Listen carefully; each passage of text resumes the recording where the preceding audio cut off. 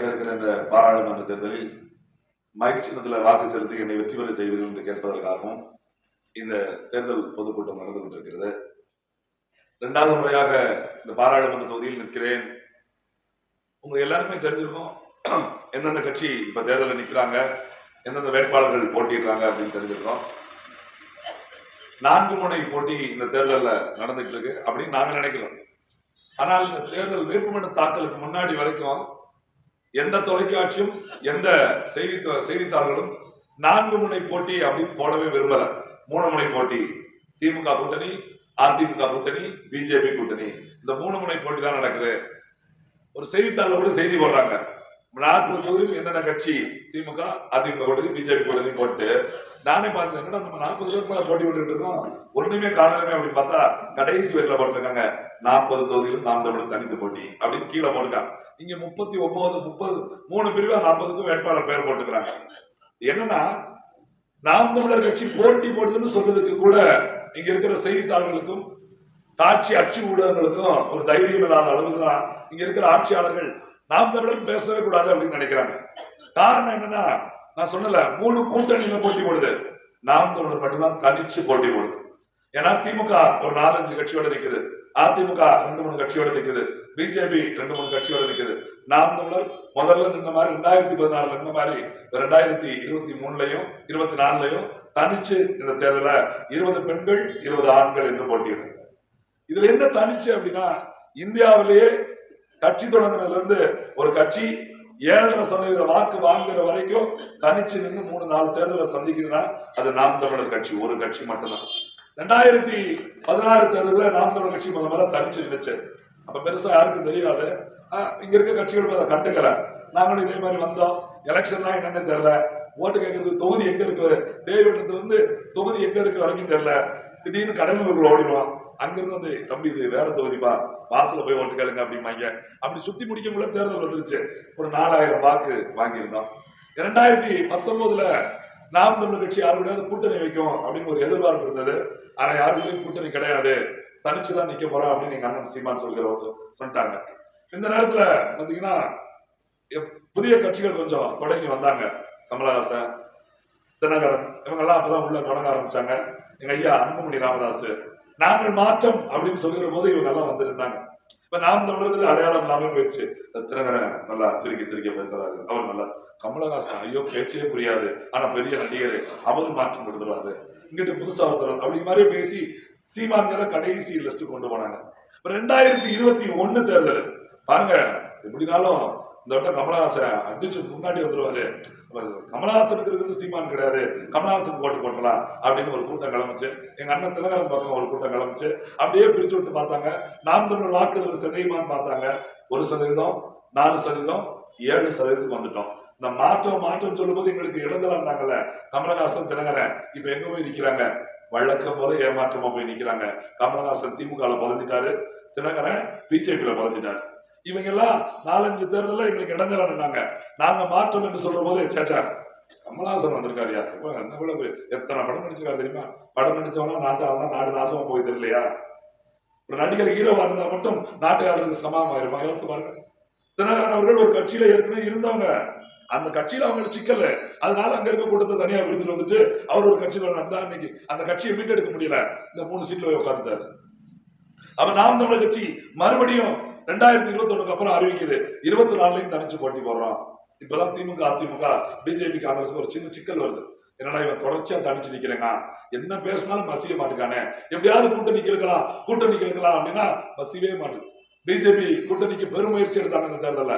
சீமான் நீங்க 2026ல முதலமைச்சர், உங்களுக்கு தான் வாய்ப்பு, நீங்க எங்க கூட மட்டும் கூட்டணி வந்துருங்க, அண்ணாமலைக்கு ஆப்பு வச்சு விலக்கி விட்டுட்டு உங்களை முதலமைச்சர் ஆக்கலாம் அப்படின்னு சொல்லி பார்த்தாங்க. எங்க அண்ணா மசியவே இல்லை. அதிமுக 6 சீட்டு தருவதற்கு தயாராக இருந்தது, 6 MP சீட்டு, அதற்கும் நீங்க அண்ணன் மசியல. அவர் சொன்ன ஒருத்தர் ஒண்ணுதான், என்ன நம்பி 1,00,000 பேர் இருக்காங்க, எங்களை நம்பி 31 லட்சம் பேர் ஓட்டு போட்டுருக்காங்க, அவங்களை அடமானம் வைத்து ஒருபோதும் சீட்டுக்காக எந்த கட்சியோடும் கூட்டணி நிக்க மாட்டேன், வெல்றமோ தோக்குறமோ அதை மக்கள் முடிவு செய்யட்டும், அந்த மக்கள்கிட்டே நாங்க ஓட்டு கேட்க தயாரா இருக்கோம் அப்படின்னு சொன்னாங்க. ஒரு சொன்ன உடனே என்னையே ரைடு விட்டாங்க, இவன் கூட்டணிக்கு வரமாட்டேன். திமுக அமைச்சர் ரொம்ப பேசினா இடி ரைடு விடுவாங்கல்ல, பணத்தை முதல்ல ரொம்ப சேர்த்து வச்சிருக்கான், சொத்து சேர்த்து வச்சிருக்கான் அப்படின்னு சொல்லி நம்மகிட்ட சொத்து சேர்த்து வச்சிருக்கான்னு சொல்ல முடியாது. ஏன்னா ஆட்சியில இல்லை இது வரைக்கும், இன்னும் எதிர்கட்சியாக இல்லை கூட செய்யல. அப்ப என்ன பண்ணலாம்னு சொல்லிட்டு எண்ணெய் ரைடை கொண்டு வந்தாங்க டெல்லியில இருந்து. அந்த ரைடு வந்தோடனே இங்க ஒரே நாம் தமிழர் கட்சி வீடுகளில் நான் 2ஆம் கட்ட 4 பேர் வீட்டுல ரைடு, பல கோடி ஆவணங்கள் சிக்கியது, துப்பாக்கி கிடைத்தது, செல்போன்கள், சிம் கார்டுகள், மெமரி கார்டுகள் கைப்பற்றப்பட்டிருந்தாங்க. எங்க வீட்டுக்கு வந்தாங்க 5 மணிக்கு 5:30 மணிக்கு காலையில 4 வந்து ஒரு 5:30க்கு எழுப்பி தூங்கிட்டு இருந்தவன் எழுப்பி எண்ணெயில இருந்து வந்திருக்காங்க. என்னடா எண்ணெயில இருந்து வந்திருக்கீங்களா? சரி இங்க இருக்கு வந்தாங்கன்னு யோசிக்க கூட நேரம்ல, சரி ரைடு அடிக்கன்னு சொல்லி என்னத்தையும் பார்த்தாங்க. அந்த வீடை பார்த்துட்டு அவங்களுக்கு கொஞ்சம் மயக்கம் வந்துருச்சு. இதுக்குள்ள நம்ம எவ்வளவு நேரம் தான் தேடுறது அப்படின்னு யோசிச்சுட்டு, ஆனா நல்லா விசாரிச்சுட்டு வந்திருக்காங்க. எங்க எல்லாம் இருப்போம், என்ன வேலை பார்க்கிறோம், என்ன யாராரு வீட்டுக்கு போவோம், எது யாரோட வீடு, நம்ம வீட்டுக்கு யாராரு வருவா, எல்லாம் பட்டியல் எழுதி வச்சிருக்கான். எல்லாத்தையும் ஒண்ணு ஒண்ணா சந்தைக்கு கேட்டுக்கிட்டே இருந்தா. அப்புறம் கடைக்கு போனாங்க, கடையில கொஞ்ச நேரம் யோசித்தாங்க, எல்லாம் தேடி பார்த்தாங்க, ஒன்னும் தேரல.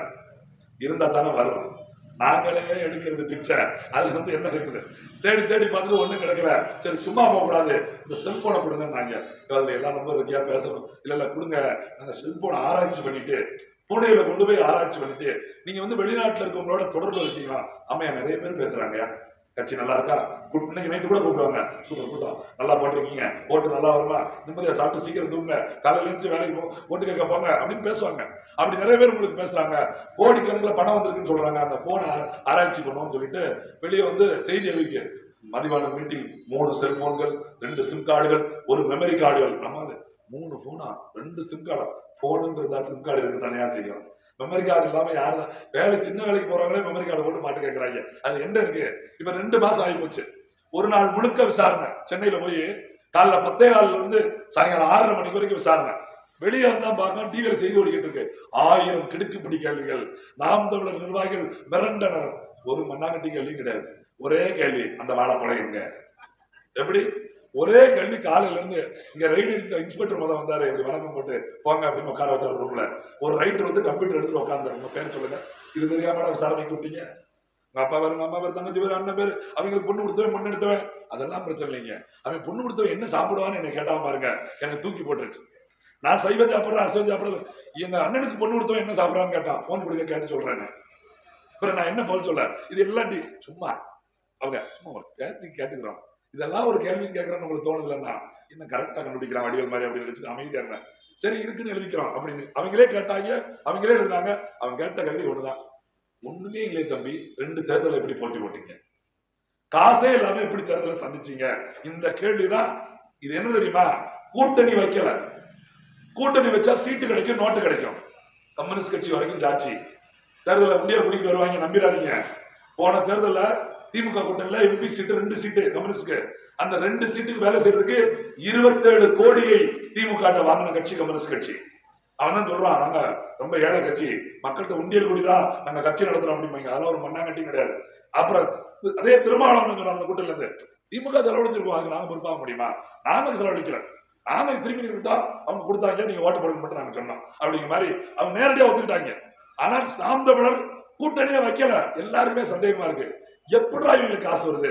எல்லா தொகுதியிலும் போட்டி போடுறாங்க, ஒருத்தனை கூட வாபஸ் வாங்க வைக்கவும் முடியல, காசு கொடுத்தாலும் வாங்க மாட்டாங்க, பிறகு எப்படித்தான் போட்டி போடுறாங்க? இந்த செங்கத்துறையை பத்தி பேசினார்ல ஒருத்தர் கூட எனக்கு சொன்னாரு, தம்பி எதுக்கு தேவையில்லாம அவங்கள்ட்ட போய் முறைச்சுக்கிட்டு, ஒரு போன் மட்டும் நான் சொல்ற ஆள்கிட்ட பேசுங்க, இந்த தேர்தலுக்கு உங்களுக்கு 10 லட்ச ரூபா கொடுத்துருவாங்க, நீங்க பாட்டு செலவழிச்சுக்கலாம், ஒரு கார் கூட வாங்கி கொடுத்துருவாங்க அப்படின்னாங்க.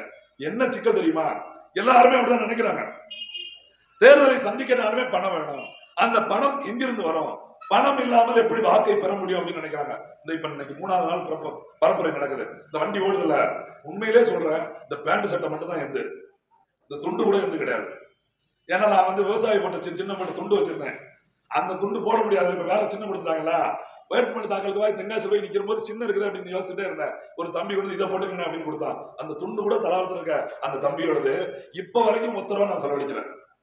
தூங்குறோம், காலை எழுப்புறாங்க, குடிக்கிறோம், போறோம், அவங்களே கூட்டு போறாங்க, குடிக்க தண்ணி கொடுக்காங்க, சாப்பாடு கொடுக்காங்க, பேச சொன்னா பேசுறோம், ஓட்டு கட்டு வந்துகிட்டே இருக்கும். அப்ப யாரு காசு போடுறா?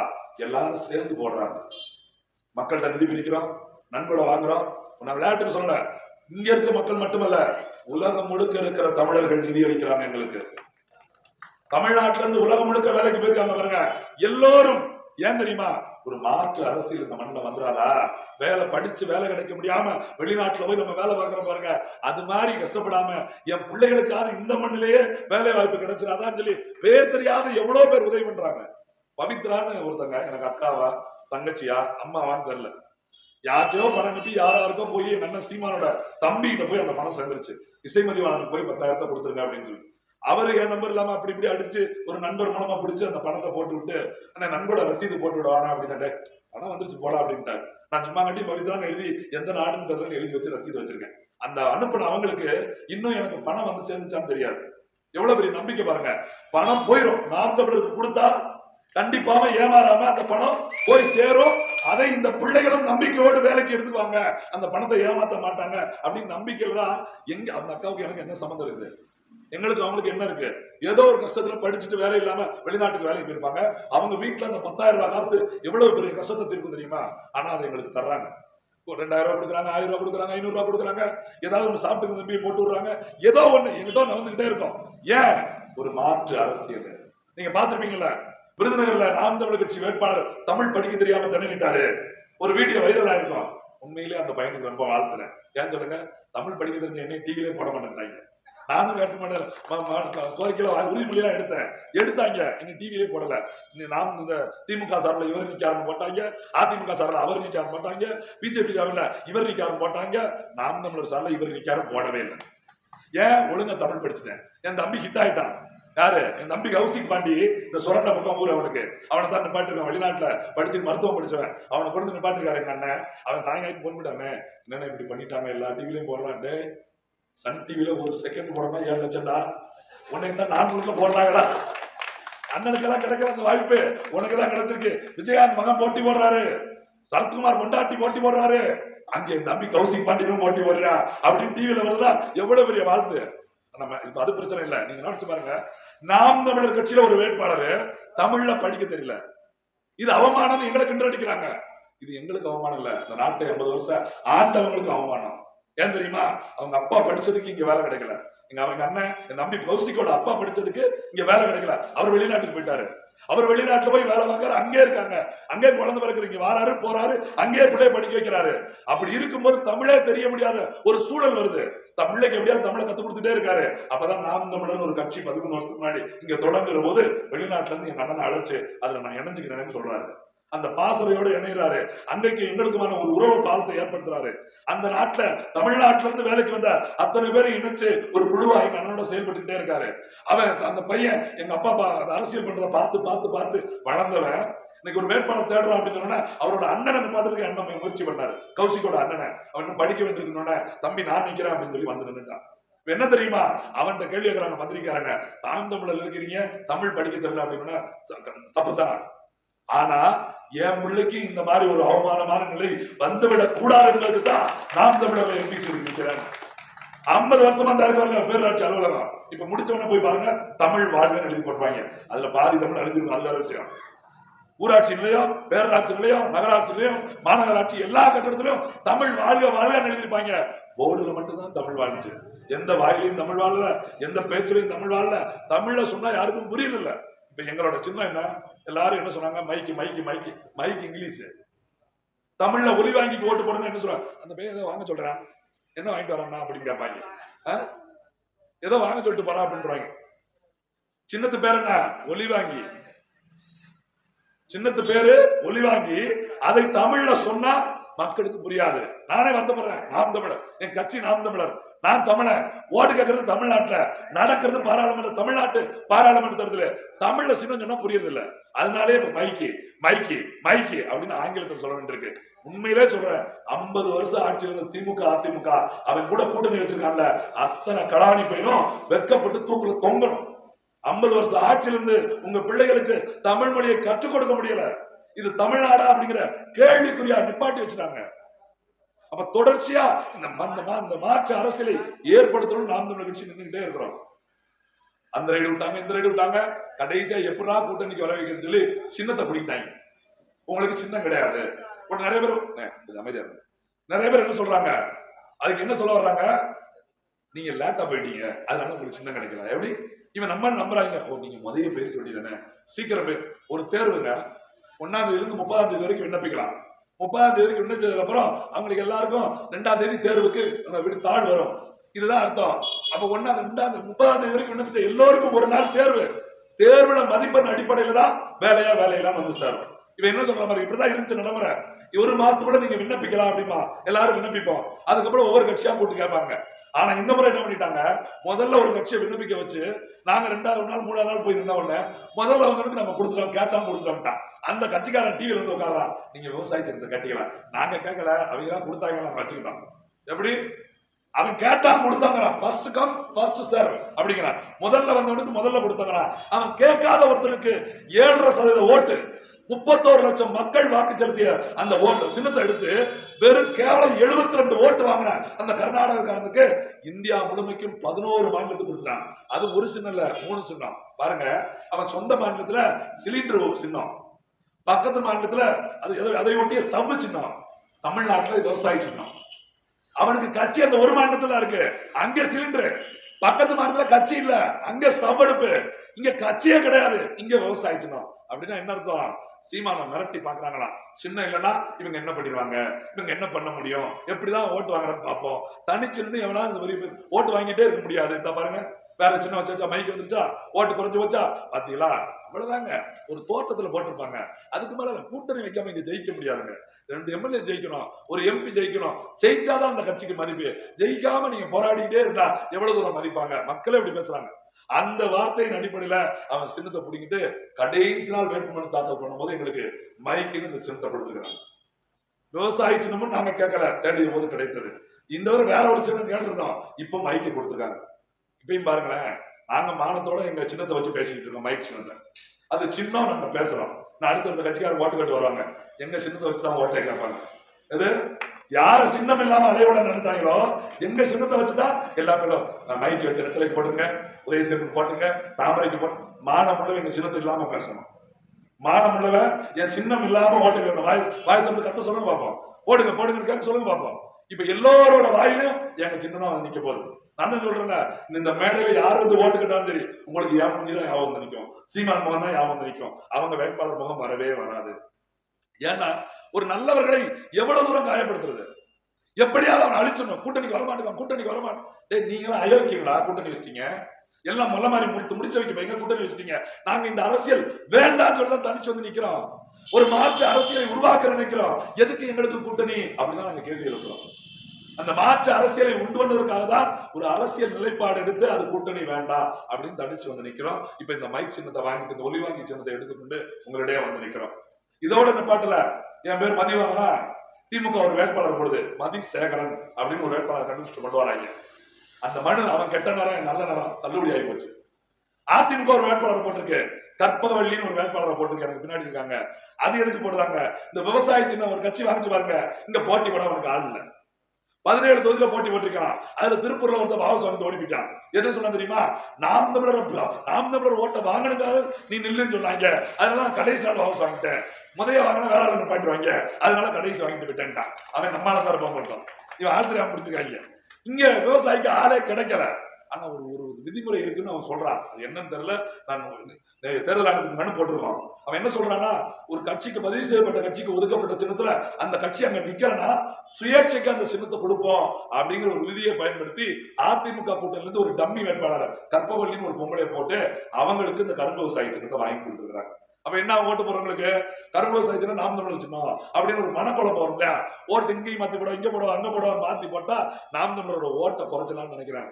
இந்த சின்ன முறையை எதிர்க்கிற கட்சி நாம் தமிழர் கட்சி. நாங்க என்னைக்கு சின்னத்துக்கு ஓட்டு வாங்குறவங்கள, எங்களுக்கு எண்ணத்தை சொல்லி ஓட்டு வாங்குறவங்க.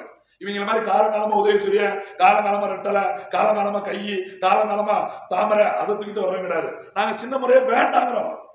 மோடி இங்க சொல்றாருல, எக்கனாமிக் எப்படி பயன்படுத்தணும், கேஷ்லெஸ் எக்கனாமி, துட்டு வைக்காத அட்டை வை, எது தின்னுட்டாலும் ஓட்டு, அட்டையை மட்டும் ஓட்டு, பணம் தானா அவன் சொல்றான்ல, பணம் கையில வைக்க கூடாது. எக்கனாமி அப்படி மாத்திரம், பொருளாதாரத்தை பணமில்லா பொருளா பரிமாற்ற பொருளா மாத்திரங்கிறான். அது மாதிரிதான் நாங்களும் சொல்றோம். சின்னமில்லா தேர்தல் நடைமுறையை கொண்டு வா. நம்பரை போடு, மதிவான 2, இங்கிட்டு இவர் 3, அவர் 1, இவர் 4, தேடு. எவனுக்கு 1, எவனுக்கு 2, எவனுக்கு 3, தேடு. எவன் நல்லவன் எவன் கெட்டவன் மக்கள் தேடி ஓட்டு போடட்டும். காலங்காலமா இப்ப நீங்க பாருங்க, நான் கூட பரவாயில்ல, கொஞ்சம் மக்கள்கிட்ட தெரிஞ்சுட்டேன். எங்க அண்ணனை தெரிஞ்சிருக்கு, நாம் தமிழர் தெரிஞ்சிருக்கு, சுயேட்சையா போட்டி விடுற நிலைமையில நினைச்சு பாருங்களேன். சுயேட்சை என்னைக்கு விளம்பரம் பண்ணி அவங்க சின்னத்தை கொண்டு போய் சேர்த்து அவங்க ஓட்டு கட்டி எப்படி ஜெயிக்கிறது? நடைமுறையே தப்பு. இந்த ஜனநாயக நடைமுறையே தப்பு. அங்கீகரிக்கப்பட்ட கட்சிக்கு வாக்குச்சாவடி பட்டியல் இருக்காங்க, வாக்காளர் பட்டியல 2 மாசத்துக்கு முன்னாடியே போட்டோவோட பட்டியல 2 செட்டு வாட்ஸ்ல கொடுத்துருவாங்க. நமக்கு தரவே மாட்டாங்க. நாம் பூத்தி ஏஜென்ட போனோம்னா பாக்கணுமையானா நெட்ல போய் பிரிண்ட் எடுத்துக்கோப்பா, அங்க போட்டோவே இருக்காது. நம்ம போட்டோவோட வச்சாலே செத்த மாதிரி இருப்போம், கண்டுபிடிக்க முடியாது. இப்ப போட்டோ இல்லாத வாக்குச்சாவடி வாக்காளர் பட்டியல வச்சுட்டு நான் யாரும் தேட எப்படி கண்டுபிடிக்க? எனக்கே இந்த சுயேட்சை நிக்கிற நிலைமை, அப்புறம் எப்படி மாற்றம் வரும்? எப்படி மாற்றம் வரும்? அதனாலதான் நாங்க எழுதிருக்கோம் பாருங்க, அடிப்படை அமைப்பு அரசியல் மாற்றம். இந்த ஜனநாயக தேர்தல் முறை பாருங்க, அதையே முதல்ல மாற்றணும். எல்லோரும் பங்கெடுக்கக்கூடிய சமமான ஒரு நடைமுறையை கொண்டு வந்து தேர்தலை வைக்கணும்னு நினைக்கிறோம். இது எந்த கட்சியோட சேர்ந்து செய்ய முடியாது. அதனாலதான் தனிச்சு நிக்கணும்னு நினைக்கிறோம்.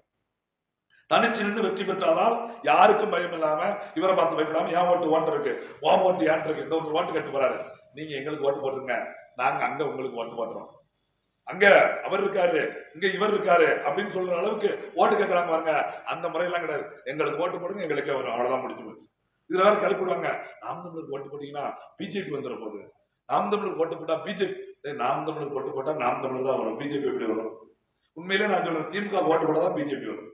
வேற விளையாட்டுக்கு சொல்லல. போன முறை திமுக ஓட்டு போட்டீங்களா? போன முறை திமுக ஓட்டு போட்டோம்ல, 4 வழிச்சாலையை கொண்டு வந்தது பாரதிய ஜனதா கட்சி, அதிமுக கூட்டணி. திமுக தனுஷ்குமார் எம்எல்ஏ எம்பி இருந்தாங்களே, ஏன் 4 வழிச்சாலை வேலை நடந்தது? அவர் பிஜேபிக்கு எதிராக பேசிக்கலாமே, அந்த திட்டத்தை நிப்பாட்டிக்கலாமே, நிப்பாட்டிக்க வேண்டியதானே? நீங்க சிந்திச்சு பாருங்க. இதே 1999 கோயம்புத்தூர் தேர்தல் நல்ல கட்டுவை எதிர்த்து சிபி ராதாகிருஷ்ணன் அப்படிங்கிற ஒருத்தரை நிப்பாட்டுறதுக்கு பிஜேபி கூட்டணி கூட்டு வந்ததே Karunanidhi. Right person wrong party. நல்ல மனுஷன் கெட்ட கட்சியில இருக்கா, யாரு? வாஜ்பாய். கெட்ட கட்சி இது பிஜேபி. நல்ல மனுஷனுக்கு கெட்ட கட்சியில நான் புடுங்குற வேலையா? கேட்டுருக்கா கருணாநிதி? கேட்டுருக்கா கருணாநிதி?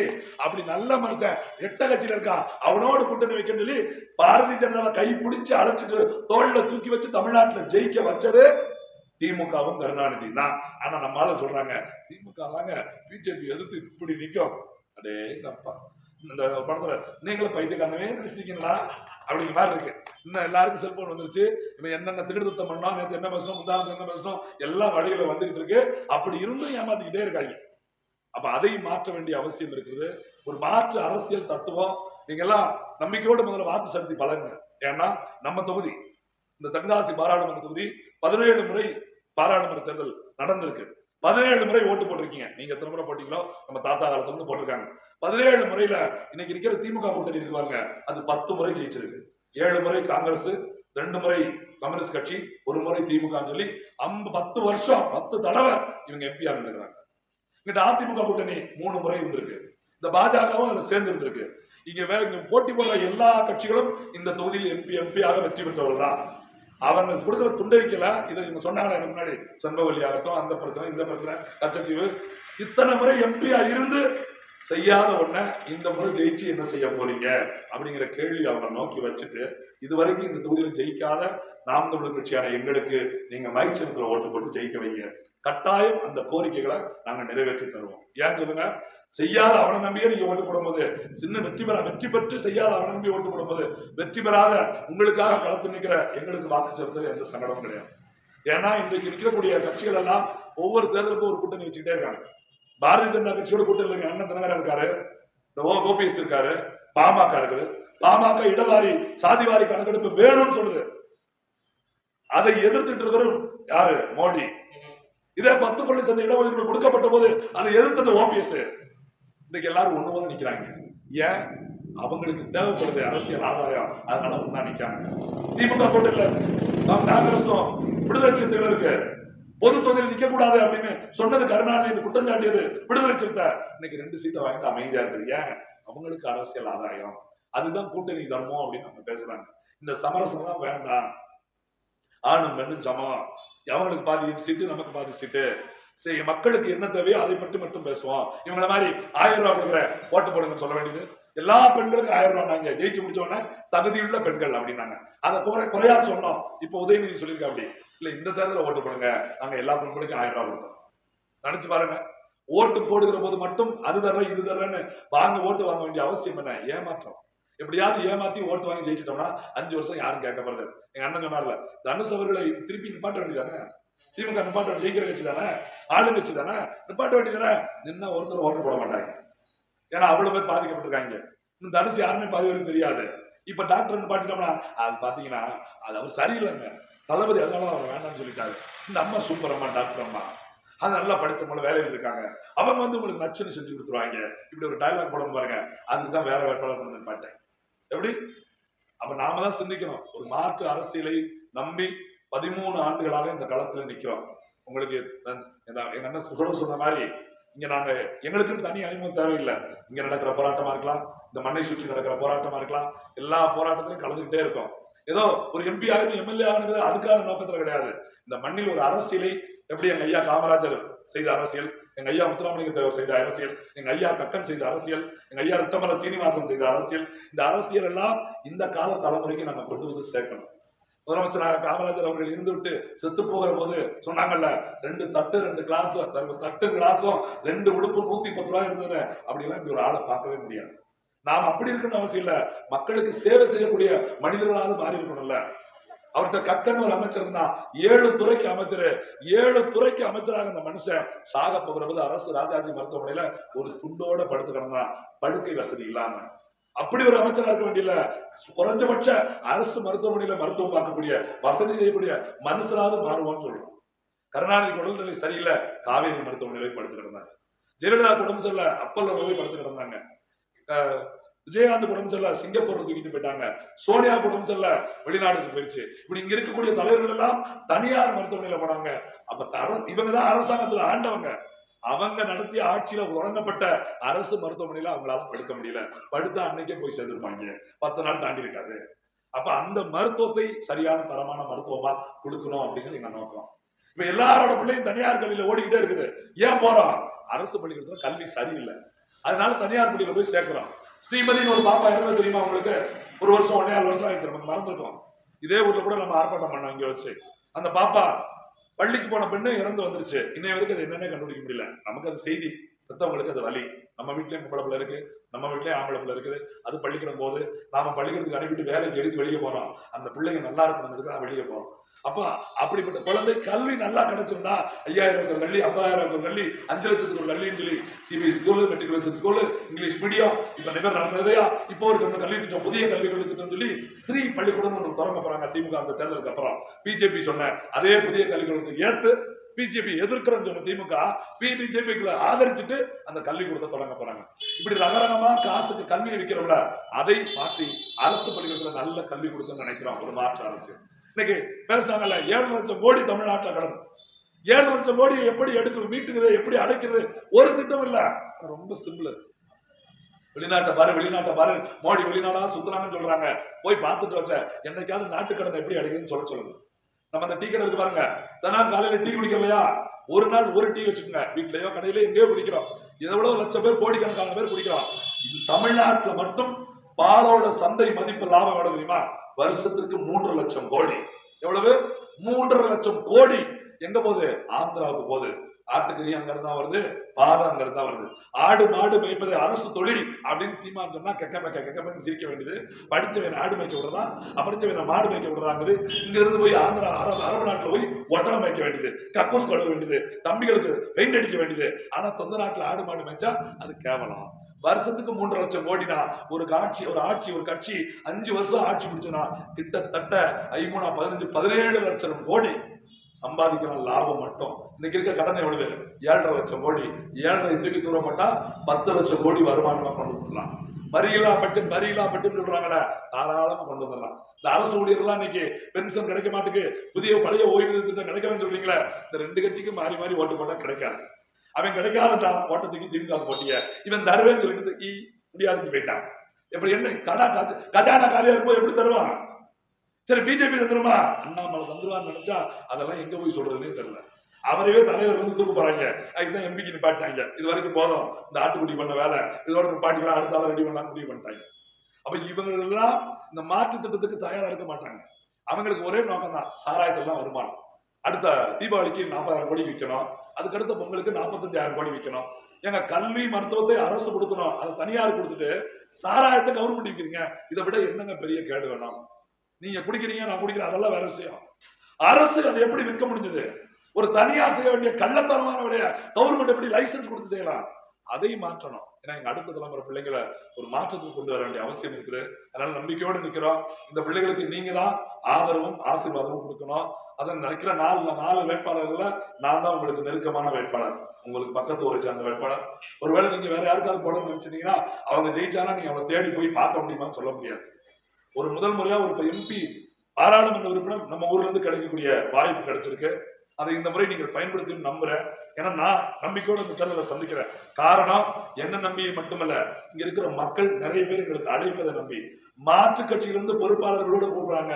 எங்களுக்கு இந்த முறை இந்த வேட்பாளருக்கு போட விருப்பம் கிடையாது, எங்க கட்சி இன்னமே நின்னாலும் எந்த ஆளுக்கு நான் போட விருப்பம் இல்ல, உங்களுக்கு தான் போட போறோம், எங்களுக்கு ஓட்டு கேட்டு வந்துருங்க எங்க ஊருக்கு அப்படின்னு மாற்று கட்சியில பொறுப்பாளர் கூட எங்களுக்கு அழைத்து சொல்லக்கூடிய வாய்ப்பு இந்த தேர்தலில் கிடைச்சிருக்கு.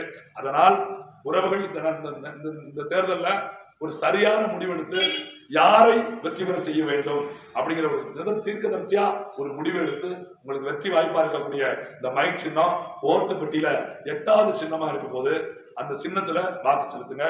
நம்ம திருவிழாக்கெல்லாம் மைக் கட்டினோட ஹலோ மைக் டெஸ்டிங் அப்படி டெஸ்ட் பண்ணுவோம்ல, அது மாதிரி ஓட்டு பெட்டியில முதல் முறையா நம்ம தொகுதியில சின்னம் வந்திருக்கு. இந்த மைக் சின்னம் இதுதான் ஃபர்ஸ்ட் டைம். 18 தேர்தலில் இதான் முதல் முறையா வந்திருக்கு. அது வேலை செய்தால் லேச தொட்டு மட்டும் பாருங்க, அப்புறம் அது தானா இருந்துச்சு வந்துடும். ஒரே ஒரு முறை நீங்க நல்லவங்களுக்கு ஓட்டு போட்டோம், நல்ல எண்ணத்துக்கு ஓட்டு போட்டோம், நல்ல சின்னத்துக்கு நல்ல கொள்கைக்கு ஓட்டு போட்டோம், நல்ல லட்சியத்துக்கு ஓட்டு போட்டோம் அப்படிங்கிற நம்பிக்கையோட ஓட்டு போடுங்க. நான் மறுபடியும் சொல்றேன்னா, நான் இந்த தொகுதியில இவ்வளவு நாள் வேலை பார்த்திருந்தோம், யார்கிட்டையும் 1 பைசா கை நீட்டி லஞ்சம் வாங்குறது கிடையாது. அப்படி யாரும் என்ன குற்றம் சாட்டவும் முடியாது. எந்த போராட்டத்திலும் சமரசம் பண்றதும் கிடையாது. நானுமே அடிக்கடி சொல்றதா, போராட்டத்துக்கு முன்னாடி நிக்கிறது வேணா நான் இருக்கலாம், பின்னாடி எங்க பிள்ளைங்க நிக்கிறாங்க. எல்லோருடைய உழைப்பை நான் ஒருபோதும் அடமான வைக்க நான் விரும்பியது கிடையாது. பல முறை விலை பேசப்பட்டிருக்கேன், ஆனாலும் விலை போனது கிடையாது. காரணம், இந்த அற்ப வெற்றிக்காக நாங்க நிக்கல, மொத்த நாட்டிலையும் வெற்றி பெற வேண்டும் என்பதற்காகத்தான் நாடு முழுக்க நாம் தமிழர் கட்சி போராடி கொண்டே இருக்கிறது. தோத்து போல நாளைக்கு இன்னொரு போராட்டத்தை போய் நின்றோம், அது ஒரு பிரச்சனை இல்லை. ஆனால் உங்களுக்கு 17 முறை ஓட்டு போட்ட உங்களுக்கு எந்த ஒரு சேவையும் செய்யாத எம்பிக்கு இருக்கிறது, உங்களுக்கு ஒரு நல்ல பாராளுமன்ற உறுப்பினர் கிடைச்சா பாராளுமன்ற உறுப்பினர் எப்படி இருப்பாங்க அப்படின்னு காட்டக்கூடியதுக்கு ஒரு வாய்ப்பு. அது நாங்க இவ்வளவு வாய்ப்பு பேசுறோம் இல்லையா, இப்படி பண்ணிடுவோம் அப்படி பண்ணிடுவோம், இப்படி முடியுமா அப்படி முடியுமா உங்களுக்கு சந்தேகம் இருக்குல்ல, ஒரு முறை வாய்ப்பு கொடுத்து பாருங்க. இப்படி செய்ய முடியுமா, இப்படியெல்லாம் பேசலாமா, இப்படியெல்லாம் செயல்படலாமா அப்படிங்கிற ஒரு வாய்ப்பு மாற்றத்துக்காக ஒண்ணு வேண்டாங்க. டிஎம்கேக்கு திமுக ரெட்டலை சுதேசுக்கு எத்தனை தடவை ஓட்டு போட்டீங்க விட்டுருங்க, ரெட்டலைக்கு எத்தனை தடவை ஓட்டு போட்டீங்க விட்டுருங்க, பிஜேபி தாமரைக்கு காங்கிரஸ் எத்தனை தடவை ஓட்டு போட்டீங்க விட்டுருங்க.